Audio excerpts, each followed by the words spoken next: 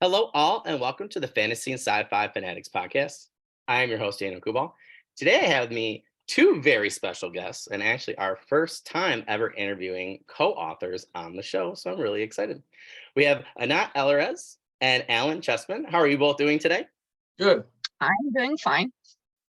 Well, I'm really excited to have both of you on. Like I said, it's our first time having co-authors. So I've, been talking to Anat online for quite a bit now. So I'm, was excited when she was like, "Oh, I have a co-author." I'm like, that is really interesting. It's something that I've been thinking about for a while, and we've been trying to get a few on, and you know how production schedules are for one person, let alone two. So it was really hard to, to get people on the show. So I'm really excited to have both of you on today so we can ask these questions and for the first time, get some answers on what it's like to be co-authors. So we'll start with that first question. What have your writing journeys been like up until this point? Go ahead now. Okay. Well, actually, I already published one fantasy book 2 years ago. It's called Jewels of Smoky Quartz. And a few months ago, well, a little more than a few months ago, I connected with Ellen, and we've started our journey together. It kind of started in an interesting way. He already had this project going, and it had been going for quite some time. He'll talk about that later.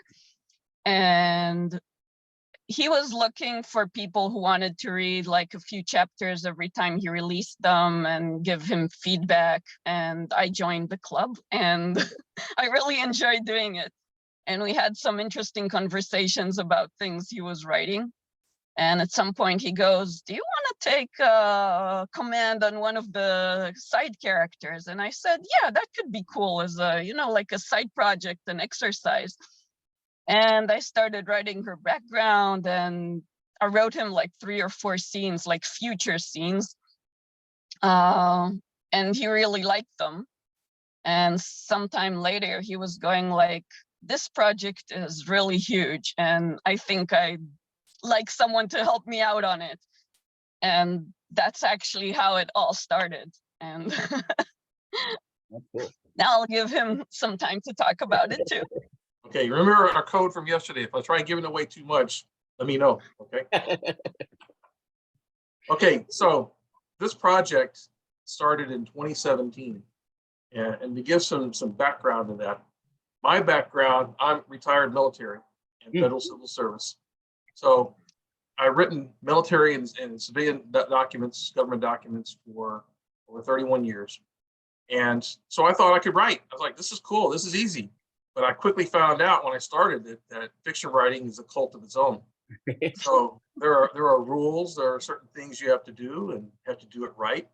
And so I started investing in, all the writing references, one from Terry Brooks, Jeff Vandermeer, that I think is mandatory reading, and others. And the story concept was huge. And so I put together a trailer that was like 5 minutes long. And I quickly found out later on that that's taboo. It has to be 30 seconds or less. But I use that more for storyboarding to lay out the concept. And I wanted to make sure that it was something that has never been attempted before, never published before. And I've been a follower of science fiction for all my life. And so I know all the different tropes, and I wanted to avoid those. So I bounced the story concept off, legendary authors like S.M. Sterling, David Bren, Neil Stevenson. I had the opportunity to meet them and talk with them. And it validated that the story concept is exactly what I want it to be. But it has evolved significantly since then as I started writing it. And so over the course of 5 years, and it took that long because life kind of gets in the way, this from being a writer, that, we had, unfortunately, some deaths in the family. I was still heavily involved in completing a history degree, which has a writing requirement of its own. And so once I finished that, come this year, I attempted the NaNoWriMo mode. I think every writer has to do that. I think it's a rite of passage. And it's an accountability thing. At the end of the day, you have to put numbers in, or mentally beats you up. Yeah. Yeah. So I managed to hammer out, the over the 50,000 requirement, and it pushed me right to the precipice of of finishing the book. And I realized as I was doing the world building for this, um, it was a massive project. It was daunting at times, and you can, if you want comparisons, which I really haven't put that much thought into it, you can think of The Expanse meets Battlestar Galactica meets Stargate. I wouldn't throw Star Trek into it because it wouldn't fit, but it's just huge. And of course, it all starts with humanity. So I put together an advisory group on Facebook. Some of my closest friends invited them to become beta readers, and everybody wants to join in, but everybody has their time. So a lot of people will contribute, some won't. And then I met Anat. Nat she really jumped into the project. She started thinking, hey, why don't you do this and this and this and talk about this, and her passion for the project. And I saw the strengths in her for character development, for seeing the overall plot, if you will. It helped me identify some gaps. And with her feedback on it, I was thinking, I did research on it about taking on a co-author and all of the ins and outs, the pros and cons. And I said, you know what? I looked at The Expanse with the two authors that wrote, James S. Corey, I think is what their pen name is, S.A. Corey. Yep. Why not us? Why can't we do this? So I approached her with this offer. Hey, why don't you join me in this collaboration as co-author? And we talked about the challenges with her because she lives in Israel. So there's a time gap. Yeah. So she's working full time. She has a family, and I'm retired, so I'm that guy that that grandpa that sits at home, drinks coffee. Right? So Sometimes I think he's working harder than me. so she agreed, and we laid out how we should do this. We identified the time gap. We identified meeting times. So every Saturday, when life doesn't get in the way, we try to meet at 9 my time. And we hammer through scenes. We hammer through talking characters. We look at characters and their potential, and what we can do to make them better for the overall story. And I can talk more about that later. But to wrap this up, that's what brings us to this point. We've finished the book. We're able to put the end on it, which is great. And now we're going back through what most authors, as I understand, don't really like to do, and that's start doing the revising and the editing and the cutting and reading things over and over and over until it blurs. But that's where the beta readers come in, and you have to have someone, as you know, that's fully committed to do the work and give you timely feedback. Otherwise, you're like, what was that movie where the guy was calling out for the students? Bueller. Oh, yeah. Yep. No response. But that's what brings us to here. Long answer for your question. I was gonna say, it was interesting because you mentioned a few things there that I'm trying to bring up in a seminar for co-authors. So it's interesting because you did mention like your schedule and things like that, because we always wonder. I talked to a couple people about this privately, and they're like, yeah, we just Facebook message everything, honestly, and just have like a Google Doc, because like they just weren't able to meet. And I'm like, was kind of surprised that how many times they're like, yeah, we met like 3 times over Zoom, and actually like discussed. I'm like, what? But like they each had like their characters and their chapters and went. So it's just, to me, it's so interesting to see how co-authors, um, you know, there's just so many different ways, like we write so many different ways ourselves as a single author, but co-authors, it's like there's so many different ways, that people are able to do this. I always look at like J.N. Chaney, and I'm like, and Andy Pelliquin, I'm like, how are you guys writing this many series with this many people, and then your single one too? It's like, it's your own series. It's like absolutely crazy at some of the. I just want to see the calendar production schedules for some of these people. Michael Anderle, right? Yes, yeah. There's another one. Yeah, I'm just puts out a book every Thursday, right? Yeah. It seems like it. Yeah, it's crazy. Yeah. So to me, it's always interesting to see how people do those things. But well, that's really interesting. I always like to hear how people end up finding their co-author. It does seem like your guys' story, though. talked to several different co-authors that are going to be on the show eventually, for actually this season, season 3, and I think 2 other groups for seminars this summer. And they actually had a very similar experience where maybe it was like an alpha group, alpha reader group, or a beta reader group, and then same thing, here where one of them was a little bit stronger than the rest, and had more interest, and they were like, yeah, let's try this out. So to me, that's kind of an interesting process. To me, I would think it'd be like a different, maybe another type of process would happen instead. So it's just funny how that one, for me, at least when I'm talking to different co-authors, keeps popping up. So to me, it seems like a really good one. I've seen some really good books pop out from it. So I think there's more to it as well. I mean, when yeah. we kind of talk to each other, we got to know each other. You got to identify that you're going to be able to work with the person. Oh, You for have sure, to for sure. you have to build trust, and you have to know that you're working as a true partnership. Yeah, And one can't dominate and try to run things. It has to be a true collaboration. Am I right in that? Yeah, totally. And And both of us, go ahead. I think there's no like one thing fits all in this thing. I mean, different authors have different personalities, and different co-authors work differently. It's like some each take certain characters and they write their point of view, or each one writes a certain chapter and then they merge it all together. But in other cases, it's okay, you write more the character development, you write more the general timeline plot going on, and it just merges into one another. There's no like one thing fits all. yeah, It's you need to find who and what works for you. And in our case, since we have been talking a long time before Ellen came with the offer, so he saw what I was doing kind of fit what he liked for what he already started developing. And once we did start talking about this option, we were really straightforward with each other. I mean, which is also important because we're talking right now only about the writing, but there's a lot of bureaucracy behind it. yeah, And you want to get these things done and straight before you actually start. yeah, yeah. We haven't got into any part that we're disagreeing on something.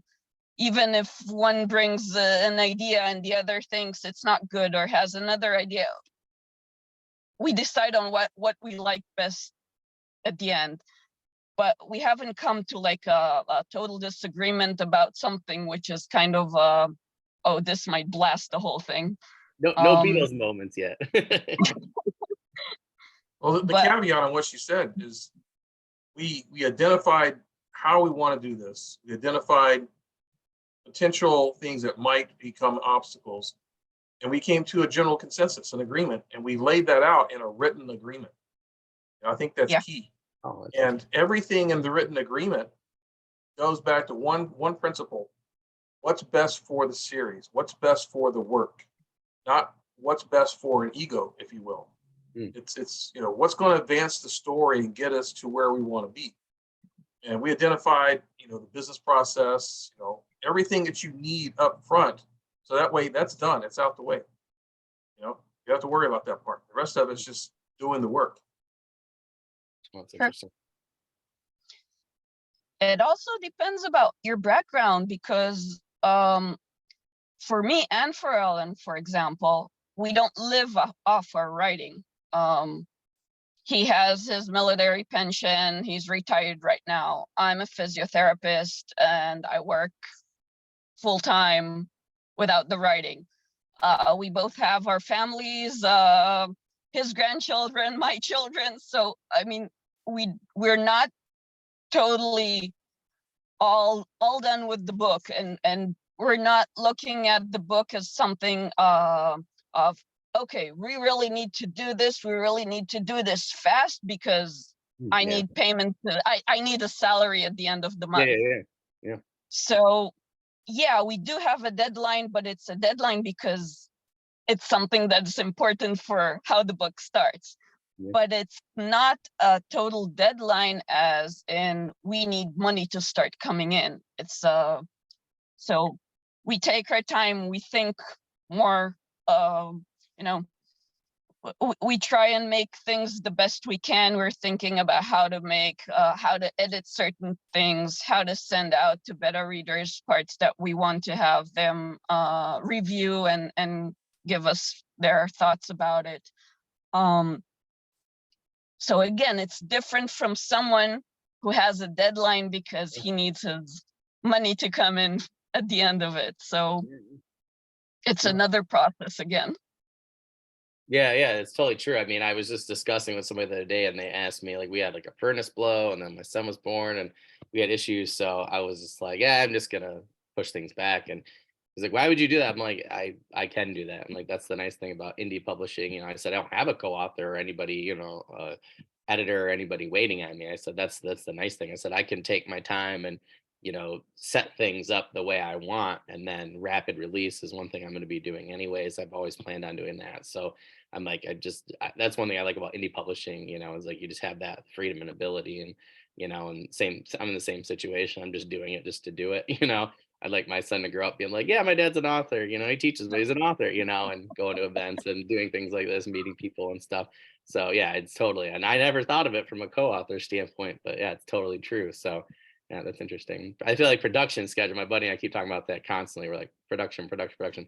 But yeah, it's interesting, right? If you can handle your own production schedule, you don't have to worry about it. I've seen a couple authors recently that I talked to a lot and friends with on Facebook where they're like, oh, I had to push this back because of this and that. And, I feel like, well, you had to push it back. There's not much. There's a lot out there that you could read in the month or two, in between. I'm still going to go and buy that book. But yeah, it's totally different when you have, I think it's important to do it right the first time. I have friends that have, won't name names, but they're great people, but they rushed to publish and wound up revising and republishing as many as 3 or 4 times the same book. Yep. That's what I want to avoid personally. Yeah. So I think it's right, and especially what we're doing, because we're building a series. So this first book is the foundation brick. Yeah. We've got to make sure that it's right the first time, and everything that we're doing in there has infinite creative possibilities. We've already discussed so many different spin-offs, so many different ways to take this thing, everything that we can do with it. That's why I said it's really big. But if we don't do this right the first time, everything else nobody's going to be interested in. Yeah, no, it's totally true. I tried explaining that to a couple of people recently where I feel like they did the same thing. I just want my stuff out there. And I got a Kindle Vella series. I have a couple that actually, not you looked at the one. I actually came up with a much better idea in the same universe, and then it gave me better ideas for that one. And some of the things some of the things you helped me with, I was like, I don't know what, I don't know. I love Fitz Lieber and Farhan the Great Mauser. Paul Leskemp does a great job with the Hammer and the Blade. I was like, I just want to do like a buddy cop in a dark fantasy setting, like storyline, like Lethal Weapon, in a Conan the Barbarian setting. And a lot of the things that you and I had discussed, I don't know why it came out better with these two characters. But I got held up with baby and stuff. And my friend's like, well, you want to really get those first few episodes right, so that way people will continue, and then it's like in Kindle Vella, you get the 3 episodes, and then then after that people start to pay or not. And if they don't pay, it's like they're done. So I'm like, that's the same thing, right? I'm like, I've been working tirelessly on my wife's like, are you done yet? I'm like, no. Like I have to get the first one completely right, and then those next 2 so that people keep going. I'm like, I have so many cool ideas in that setting. I'm like, but if we don't get to that, and the readers don't pay, it's like they're never going to get there, and the story doesn't develop. So I totally feel you on that. Yeah, definitely want to get those things right, particularly with indie publishing. I mean, particularly if you guys are doing this much work, with co-authoring, you definitely want to get it. Well, it's a name and a reputation. Yeah, exactly. One. You don't do it right, then anytime somebody mentions your name, they're not going to want to have an interest. Yes, I definitely understand that feeling. This podcast is the same thing. Like I've had tech issues before, like HM Long was one. I like never got an email from her, and I was just assuming she didn't want to meet. And then the morning of, I had already been, I was somewhere where I couldn't get on Zoom or whatever for like 2 hours. And I messaged her back. I was like, I am so sorry. I went back. I'm like, I just did not get this email. And she's like, oh no, it's not a big deal. And she's so nice about it. And I'm like, well, yeah, but I'm like, that's the kind of thing, that makes or break, your reputation for people. So I really tried to, I hate rescheduling. I really don't like it. Right. So this whole spring has been like, I'm like, I pushed a lot of people back into the summer. So that once my son's in daycare full time during the summer, like we'll go and pick them up early, but I still have like every day where I have some time to either write or interview people or something. So I definitely feel you there. It's definitely, and that's I don't think some certain people think about in terms of indie, publishing. I don't think about that reputation piece because you really are putting everything. Your name is your brand, right? And I feel like if you're not thinking about that, you're doing something wrong there, I personally. have a lot of friends that say, hey, I've got 15, 20, maybe 30 books out there, but that's great. But how many of them are selling? Yeah, yeah, totally. Yep. Yeah. Well, yeah. I mean, I think it's always that argument, right? Like we're always told indie wise to produce, but I also think you need to produce, but you need to produce quality. And I think that goes a long way because you think like how many covers that people have where you're like, okay, you could have done 5 really good books with great covers and great editing and focused on those, sold a lot more. And then you have that ability, I think, to do more what you want to do versus just throwing out 50 and it's great to get to that number, but I think it's like Lindsay Brokers, I think is a great example where she has always she's way up there now, right? Like last, like whatever, it's been like 15 years, but it's like, she really has taken her time. She's a really fast writer, but she really takes her time to really, make sure everything in that genre is exactly what people want. And that's a high She's quality. one of the authors. When I first started this, I was fortunate enough to meet and befriend, Oh, cool. a whole litany of different authors, Yeah. Yeah. from novice to legendary, and she's one of them along the way. And what's really nice about the indie author community is they're so welcoming. Yeah. They, Yeah. they they've walked that mile, so they know what you're going through. So they're Yeah. always willing to share sage wisdom or mentor you along the way. Yep. Yeah, she's awesome. I'm actually having her on in August. I was trying to last year, but our schedules didn't match. So I'm really excited. I've listened to her podcast for I don't even know, like 8 years now. I think I've listened to almost every episode with her, Joe Lalo, and a couple of other people I've had on, as hosts over the last decade. But yeah, yeah, they're always talking about that. Like it's great to produce, but you want to worry about how you're, what you're producing at the same time. So I think that's a great point to bring up. So you guys mentioned a little bit about the genre that you're currently writing together, but I was just curious at maybe some of the other works that you guys had, or maybe some of the other experiences you've had. Are you said like military and sci-fi? Are you mainly a military sci-fi author, Alan, or do you write some other things on the side? Or But at the moment, everything's focused on science fiction. oh, cool. Um, I do have a huge interest in fantasy. I don't know if you can see, but I'm a huge dragon collector. I got Oh yeah, dragons yeah, all around the room. yeah. You can see some here in the so here in the background. So anyway, I do have a huge interest in fantasy. I'm an avid reader of fantasy. In fact, I'm reading Jane Fonda Lee's Untethered Skies. Oh, cool. I started that one last night. It's great so far. And of course, I think everybody's looking for the tomes that Ryan Cahill's putting out. I just got the huge stack. You know, Oh, cool. I'm still waiting for the newest ones to come from the Broken Binding bookstore. If you're familiar with Oh, them, yeah. they put out phenomenal products. Yeah, I want to interview them at one of these days. I got a hold of a couple people there, so I keep forgetting. I got to try and get them on this season. I would love to I talk to just backed Zach Argyle's Oh, new nice. omnibus that Would he's be doing. one of the better readers. So, but yeah, science fiction is where I'm focused right now, and this series is really important to get off the ground. And I think once I get it going, there's so much that we can write in it.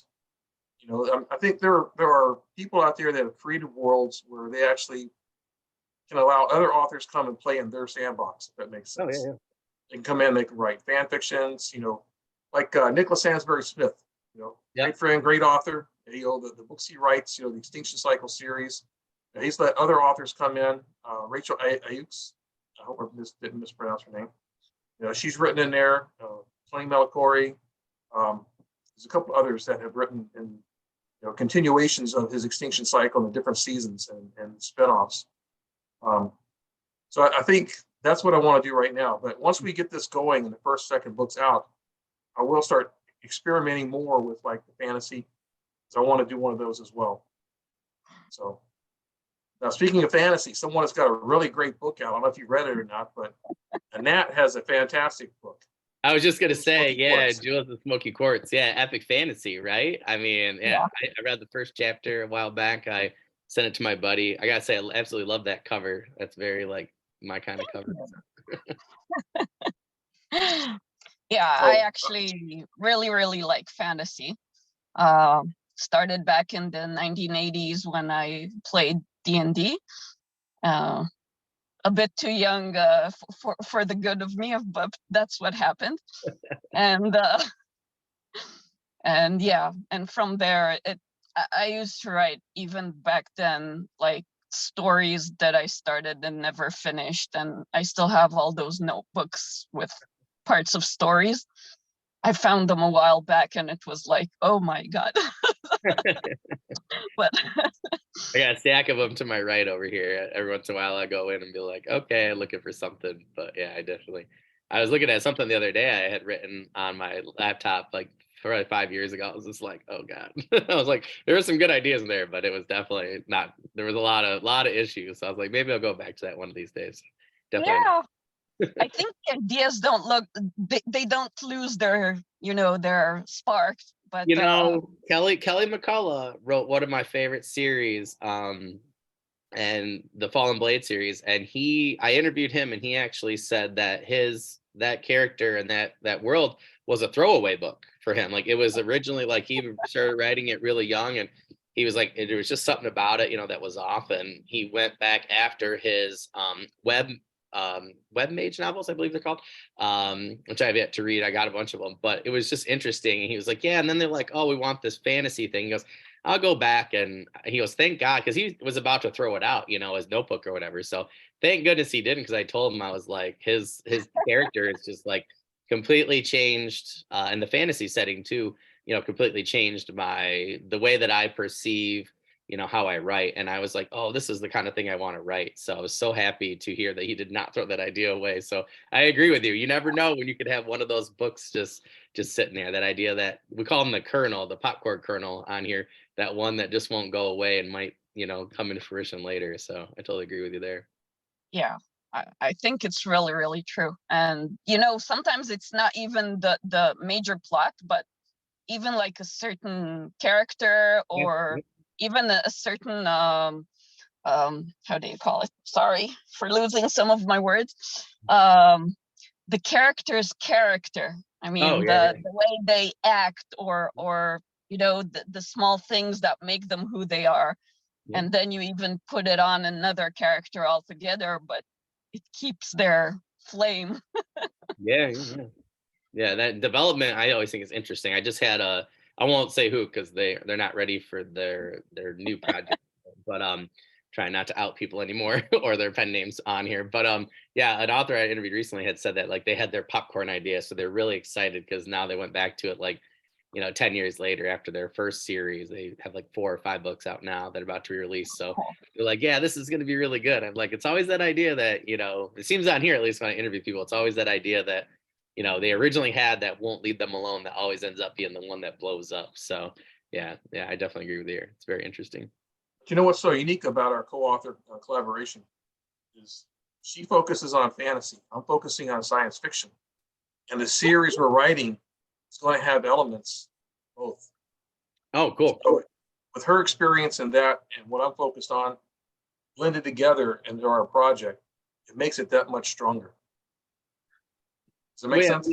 there's a lot, like everybody says that, right? Like sci-fi and fantasy are so different, but I always say, are they really? And people ask me about this podcast, like, well, I like to interview horror authors as well, and I have like Richard Lee Byers was on, and and some other authors who do a great job writing horror and sci-fi, with fantasy, and I think a lot of those elements, get overshadowed a lot of times, and I think you end up getting a much better story when you're overlaying them together. So Yes. there, yeah. Yeah. I just thought I'm glad you mentioned that, Alex. I thought it was interesting that you are coming from like the sci-fi, and that's coming from the fantasy. So I was actually just about to ask that as a follow-up question here. So I'm glad that you mentioned that. So I was curious at how that, that helps. But I mean, to me, it makes total sense that, it bonds, those elements closer together. I think they share a lot of things, and the differences I think are great. Don't get me wrong, I love sci-fi, I love fantasy, but I think though, like, I think that's why Star Wars, to me at least, is so all Exactly. encompassing. Yeah, is that it has those elements where all of us can go and find something that we'd like at maybe even a particular different year. Like maybe I'm a little bit more sci-fi, so I'm focused on the technology, or the different species, or or even like their new governments or whatever. Whereas then maybe another year, I'm a little bit more focused on the fantasy side, and maybe right now I'm really into the Jedi. Like I just really, like, more so than ever before, like especially the older Jedi, like the really early ones, the Jedi or whatever they're called, the early Sith. I just have been really fascinated with them lately. There have been some great videos and things that have come out where I've never known some of the things I've known before, some great TikTok accounts. So I've totally gone back to Star Wars from a fantasy side that I've never really looked at before, and it's like almost like a whole new thing again, which is crazy because I've been watching it and reading it since like age 4. So 35 30 years, 31 years later, it's kind of crazy that this thing could seem so new still. Dune, I think, is another one like Well, that. to date myself, I remember watching the original Star Wars when it came to theaters. um, So, but what's really unique is why it took until now for it to be the hit that it is. I know during the 80s, that was a big, fantasy type thing. Dungeons and Dragons, that was huge. I did play that in high school back in the early 80s. Um, but now it took until now for it to finally become that much more popular, where they're doing that much more with it as far as series, TV, movies, etc. So it makes you wonder why that happened. What actually prevented that? What held up the production of that? Does that make sense? no, it totally, yeah. I think not losing its glamour. I mean, it fits through the ages. Even if we talk about it like my childhood, Ellen's childhood, you didn't have smartphones, you didn't have tablets, you didn't have all these technologies for civilian everyday use.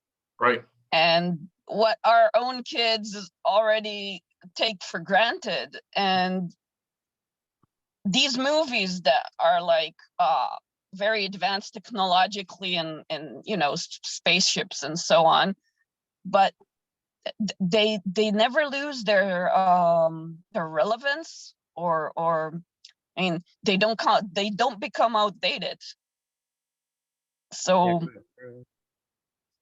I think that every generation can enjoy them, no matter how we advance in our real technology. yeah. Well, I think you made a good point though. There are so many different things that have, like Clone Wars, really, I think, really kept the flame going. And then you had parents that, grandparents, and then parents, and then now you have younger kids, who are now turning into teenagers and adults themselves who watch those things. And then I think,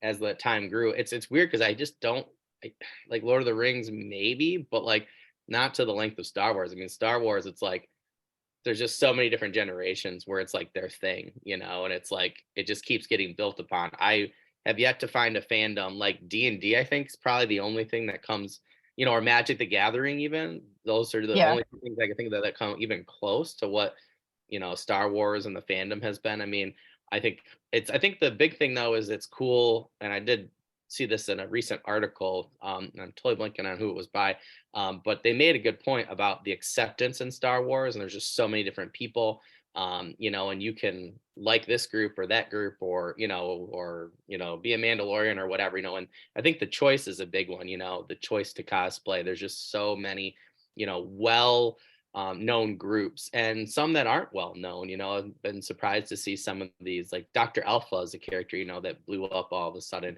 and I wasn't sure if she was going to, and it's really cool to see that type of thing, and I think there's just so many different people that you can be in that universe or be like, and I think that's one of the things that really draws people in. I think we needed it because I think everybody was kind of burnt out on Potter World, right? That's fair. That's fair. Yeah, I don't blame you there. I'm just so surprised at how many different like Mandalorian, like I've seen so many TikToks, and I love cosplay. I got a lot of foam here and stuff I was working with.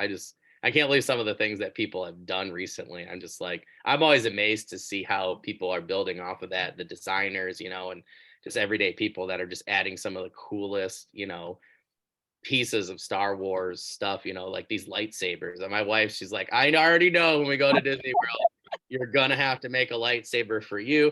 And then you have to make one for, our son. And then we're going with our nephew. She goes, and you're only supposed to make one at a time. She goes, we're gonna be there all day making lightsabers. And I'm like, yeah, you're darn right we're going to, and it's so cool just the choice you have with those. So That research. passion you have, everything we just talked about, that's what we want to do with our series.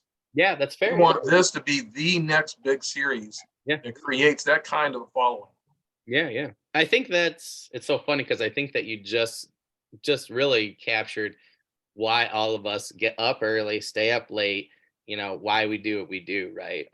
Particularly indie, as we want, people always ask, right? Like, why you spend so much time on this? Why you spend so much money on this? That's like, it has nothing to do with even getting that back, right? It's just the fact that, I would love to see somebody, Will White talked about this in a podcast a while back on, I'm totally blanking on who it was, but he was saying how it was just so interesting where to see people come up to him with his tattoos, like tattoos of, his sigils or, whatever for Cradle or to cosplay, and I'm like, that's what I want really, so I totally agree with you there, Alan. Like, yeah, to be like the next big thing and just to have people enjoy something that you had up here, right, that doesn't really exist, and to bring it into fruition and existence, I think that's actually always my goal. So I totally agree with you there. Nicholas Sansbury Smith is doing that. I'm not sure if you read his Helldiver series or familiar with it.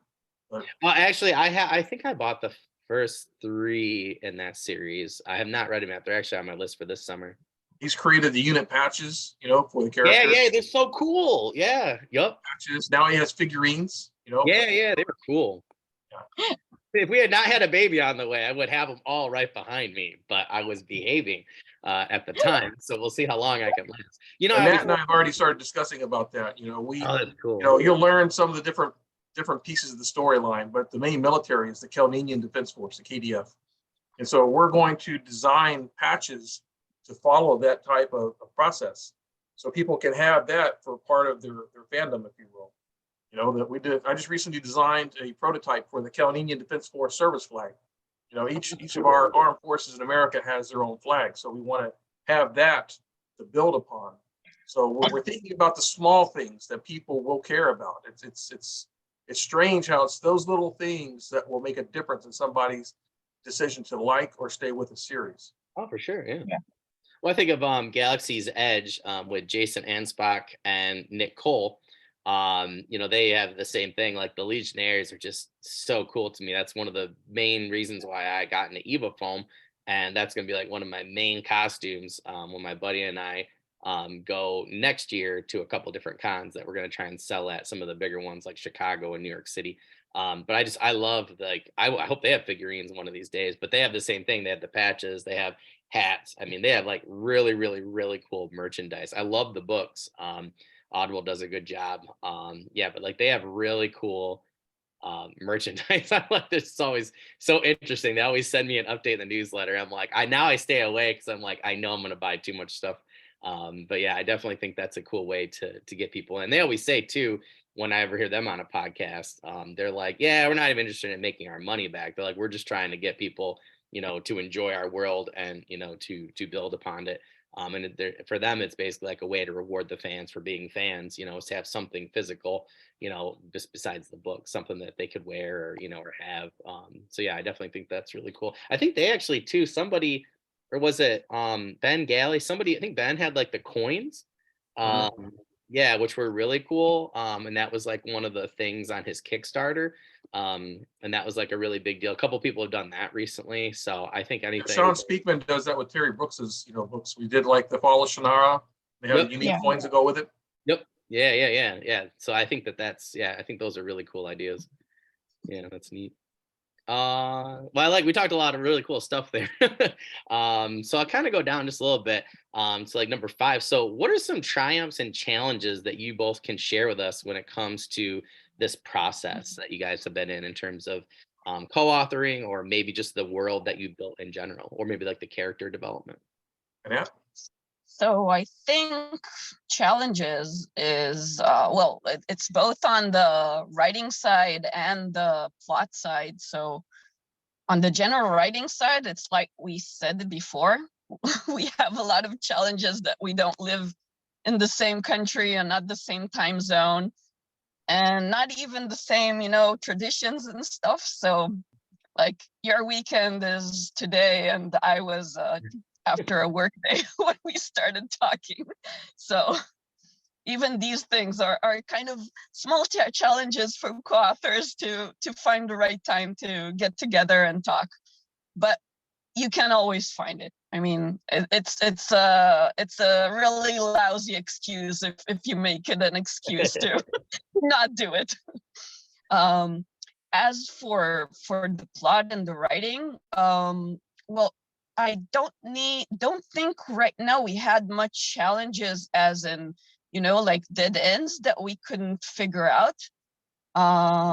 It's more like, oh, this can happen, and this specific character. We had lots of like side characters from the first book who are actually going to get a lot more spotlight in book 2 and 3.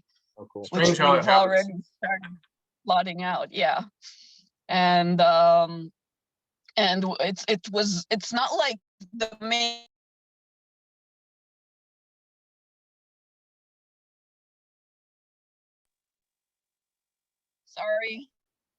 Sorry if you lost me.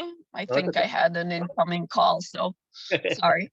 Um it was like, oh, now you can't hear what I'm saying. So anyway, it's not like the main characters in book 1 will lose their part, but other characters will become also important in book 2. And I think the major challenge was right now with, if we're taking back to book 1, which is the book that's coming out as soon, it's like making sure that the timeline always fits. It's a very, very fast-paced book. I mean, the whole book, which now is going around 400 pages, Oh, wow. as it is now before final editing.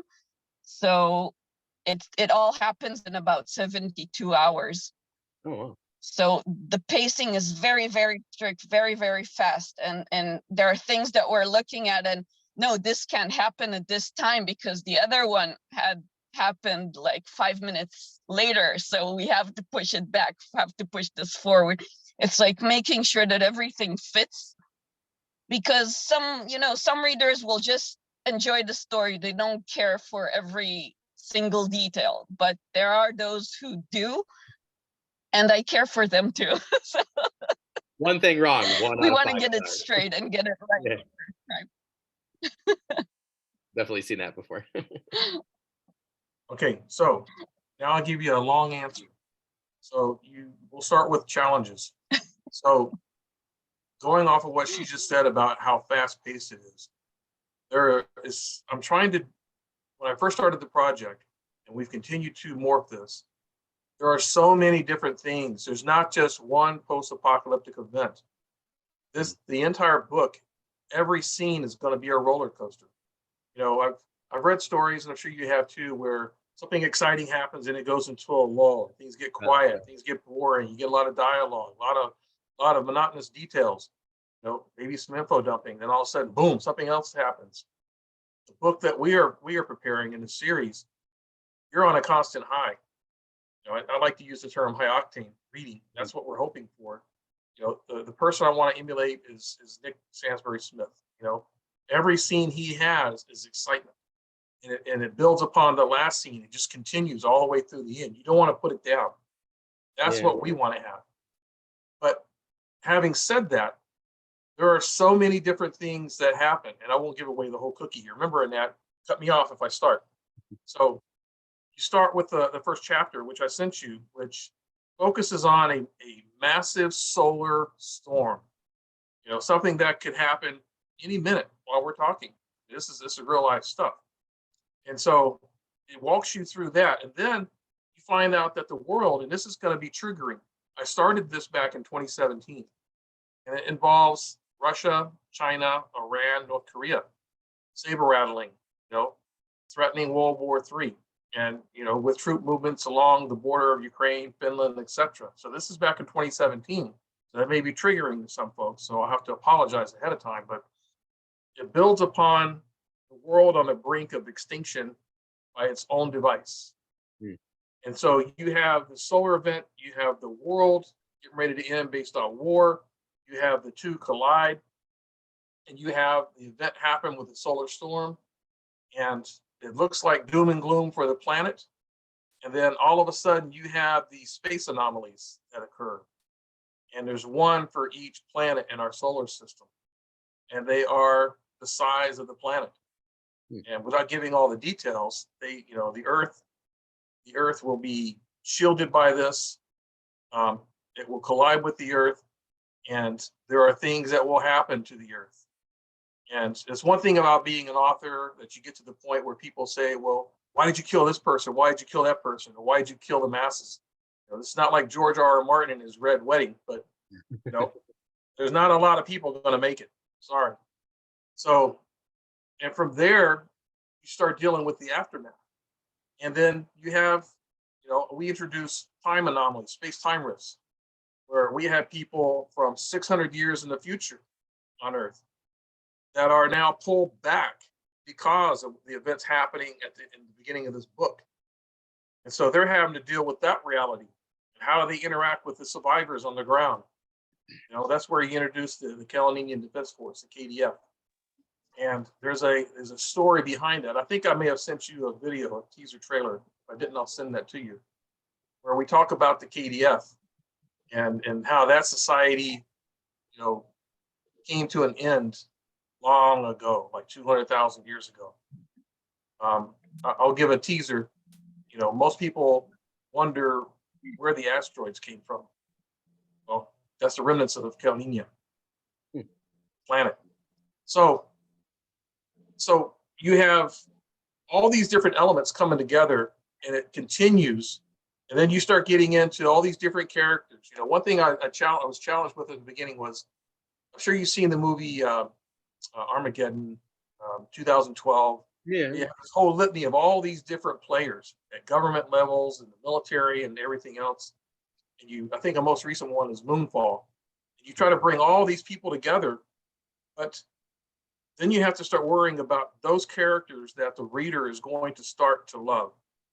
They want to see them, they want to champion them, their survival, or their motivations and desires. And so that's where I was at when Anat stepped in. She's really great at, as you probably saw from reading her books. Character development is key for her. It comes naturally. And so we started exploring all the different characters in there. And what about this person, this person? And I'd also, before she came on, I asked some of my friends, okay, who wants to be a character in the book? Of course, everybody raised their hand, right? So there are some that became strong beta readers, and so we named some of the characters after them. And she took one of the characters, that's on the Delta Force team, Team Kilo, and she took that non-commissioned officer and she put a complete background story to her. She went through all the different trials and tribulations that she's gone through in her life and how that factors in to her emotions and how she acts in the book.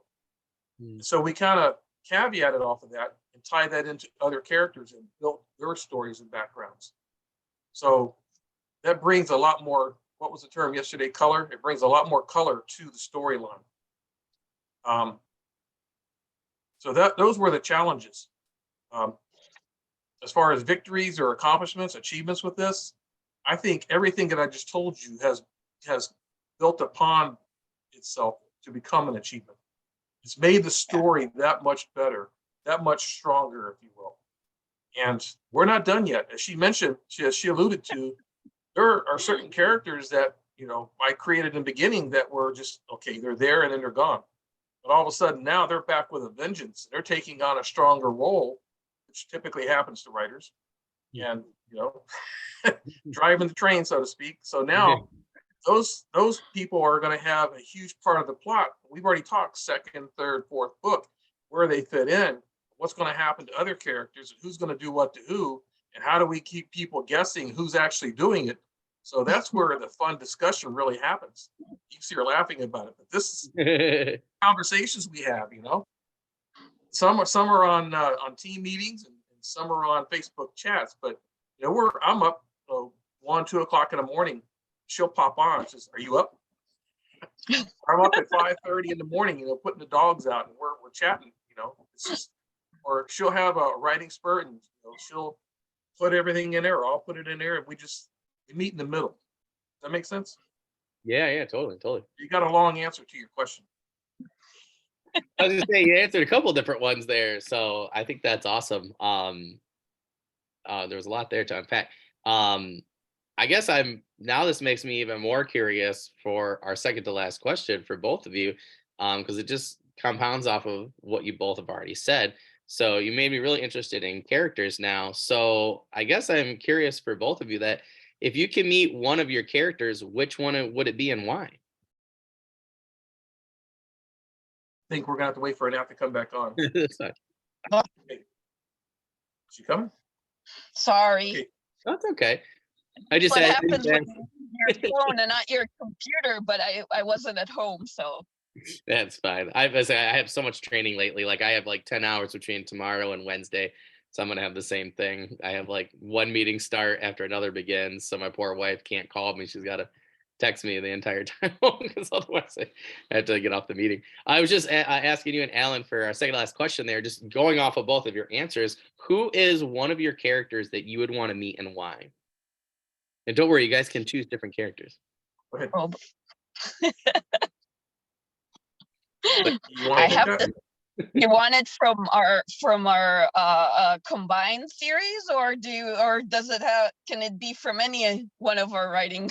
It's Oh, actually, it could be from anything. Actually, yeah, I was just curious. Yeah, so if you want to pick one, from epic fantasy or yeah, I just was curious. So far, like out of any of your characters that you guys have either written together or separate, like who would be your favorite and why? So, well, The hardest question for in people. our combined writing, it would actually probably be the character that started our connection. That Ellen said, "Do you want to take this character and build it up?" And I said, "Sure." Mm. And so I so enjoyed writing her and putting her character into her that I sure would have loved to meet her. her And name's she actually has her first name. Nat Wade is the it's character. not gonna stay that one, so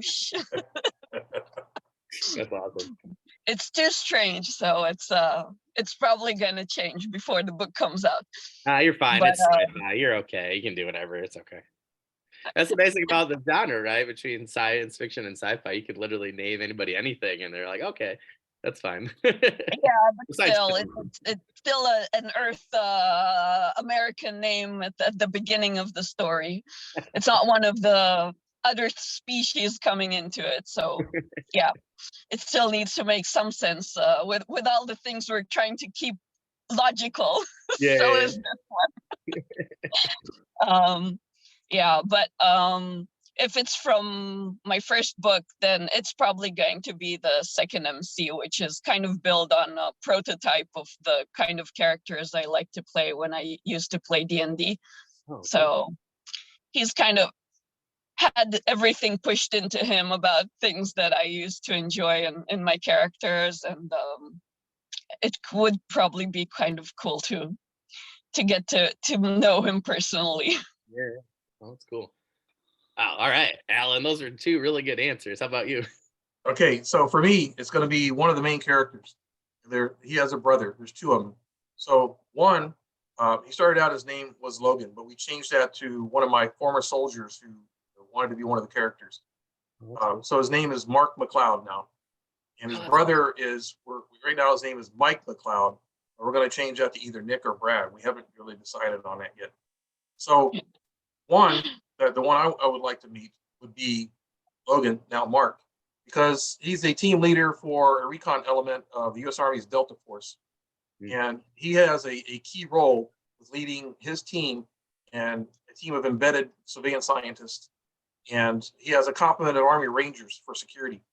So he has to lead a tough mission, um, basically to explore, remnants of the West Coast. I won't get into what happens to California. Hope you don't have any friends over there. But anyway, we put him and his team through hell and back.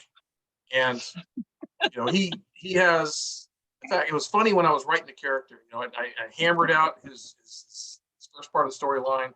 He has a girlfriend named Gail, dog named Max, and I factored in a female lead into the civilian embedded scientists.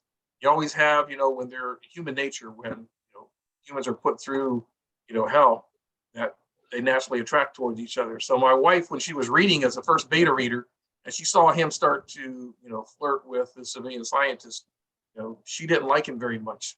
She had actual choice words and descriptive terms that I won't repeat on here because I'm sure it's rated. But it evoked that kind of emotion. So I was like, yeah, that's what I want. So, but I would like to sit down with him just because of my military background, and knowing what he's gone through and having to deal with embedded civilians, and the power struggle that's there because the civilian thinks they're in charge when the master sergeant really is in charge, especially when you get into a tight situation and you expect as a military leader for those under you follow orders and make it happen or else people die. So,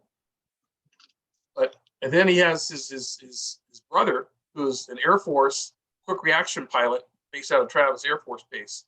He drives F-22 Raptors, and so he's dealing with the Russians as they come in, and that's real world. The Russians actually test our air defenses and our airspace all the time. Most people don't know that. So they have bombers that run their sorties, their practice runs, and of course it's a game of cat and mouse, But when he comes back from dealing with that, he's got a wife, Sonia, and so I won't get into what Sonia does, but Sonia is one of the characters that took on a major role. You see Anat smiling. Oh my God, the plot that we have for her. So, but these two brothers, they work through everything that we put them through and to the end. And they're in a totally different environment, a totally different world. It ties back to the title of the book. It's Phased World, which I'll tell you about that here in a second, A New Beginning. So the brothers, all the characters, the survivors of humanity, and plus these people that were brought back through a space-time rift are all meshed together in a fight for humanity's survival. And then, oh, by the way, we're introducing other races, other species, other beings, because everything that's going on in the solar system and all massive energy that's output from there, and the history of the Kelnians in the future, there's a lot of people out there that don't like them. And so all of a sudden, our solar system is the focal point of the universe.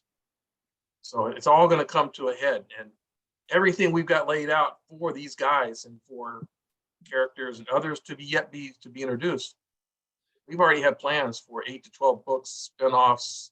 I mean, it's just phenomenal. So to say that it was a massive project is an understatement. And yeah, it's still growing. So again, you got another long answer for your question. That sounds awesome. Well, we're wrapping up time here. I just want to see for that last question, do you guys have any news, updates, promos, or current projects you can share with us? So I think this is the major project we're dealing with. And the thing is that, as we said, the book itself, the first book, is all happening in the 72-hour space time span.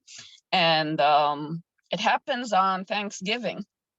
Oh. And this is one of the reasons that we are pushing it forward. So it's so the book comes out just to reach exactly that same holiday and kind of give it an extra oomph to the. Yeah, that's cool. That's awesome. So for the promos, the cover, and I have to give great credit to my friend May Donnie. She's one of the very first authors that I made connection with. I don't know if you're familiar with her or her work, but May Donnie, she lives in the Netherlands. She's an author. She was writing her book, Survival Instincts at the time. It's a great post-apocalyptic dystopian novel, strong female character led. She's also a graphic designer, video production specialist, developmental editor. She does it all. She even has her own publishing imprint, Heroes Publishing. And she took me under her wing, and she started teaching me about the nuances of writing and everything. In fact, one of the very first books she sent me, I don't know if you can see it, it's Hack Your Writing. It's about killing all your darlings and all that. I'm sure you're familiar with those terms. But she designed the cover art for the book. And she recently, did some promos for me. I think I sent you some of those images as well. Yeah. And I'm going to have her, we're going to work with her on some of the patch designs because she's so good. And also for, the flag and all these other graphics that we're going to do together. So those promos are coming. Oh, cool. I do have, there are 2 videos out there that I created a couple years back. Like as I mentioned, the first one is about 5 minutes long. I'll send you the link for that. And also the link for the teaser about the destruction of Cal Nina, the long history behind that. A lot of people are going to be upset when they find out that history as you know it and how the humans came to be on Earth, it didn't come from the hominids. It didn't happen. There's a totally different story behind that and how we got to where we are now. So I'll share those with you as well. More to follow. The book series is coming along. We're hammering our way. We're trying to polish it up the best that we can to make sure, as we alluded to it throughout the discussion here, that it's the best that it can be, and that the follow-on books will continue to build upon that. And so we want to have that series we talked about where everybody's saying this is the hottest new thing. It was a critical, as I mentioned in the beginning, I was balancing the story concept off of legendary authors. One of the great ones that really gave me intensive feedback was David Brin. I'm not sure if you're familiar with him. He everybody knows the movie The Postman.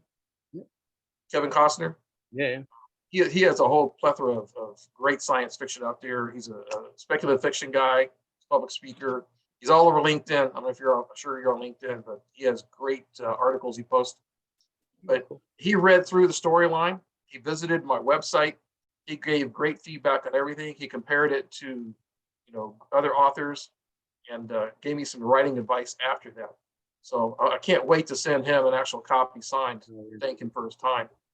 So one other thing I'll put out there, we continue to work on our craft. So a guy that I think you've interviewed on here before, Gareth Powell. Yeah. Oh, no, not yet. No, I interviewed his wife actually. Diane? Yeah. Yeah. Great news for those two. I don't know if you saw it, where they're trying to start their own publishing imprint. Yeah. I'm excited about that. They're coming on for a seminar at some point about world building for science fiction. Yep. I just ordered his great book from Mr. B's Emporium in England, across the pond. So I think that's it for the promos. More to follow. And there's a lot of stuff that's going to come with it. Like I said, patches, merchandise, everything that people are going to be able to take and own a piece of this universe. That's awesome. Well, cool. Movie to follow. I was gonna say, yeah, that sounds awesome. If there's anything we could do it, in the meantime between now and Thanksgiving, let me know. If you're listening to this or watching this podcast, everybody's books and social media will be in the description per usual. Season 3 by now, so usually most people are used to that. But if you're new, welcome. But please make sure you check out the description and check out their books and social links because that's really the only reason why we're here. Alan and Annette, thank you so much. It was a great, I had a great time discussing this with you guys. I hope to get you guys on for one of the co-author panels. We'll have 2 different teams, so 4 people. So yeah, I'm anxious to get you guys those invites, and we'll get the calendars sent to you guys as soon as possible for those, as well as this production release. But if there's anything else we can do in the meantime, just let me know. Other than that, I hope you two have a good rest of the day, and I look forward to talking in the podcast group or on social media. Thanks for having us. Thanks for all you do. Yeah, anytime. See you guys. Have a good rest of the day. Thank you so much. Take care. Bye.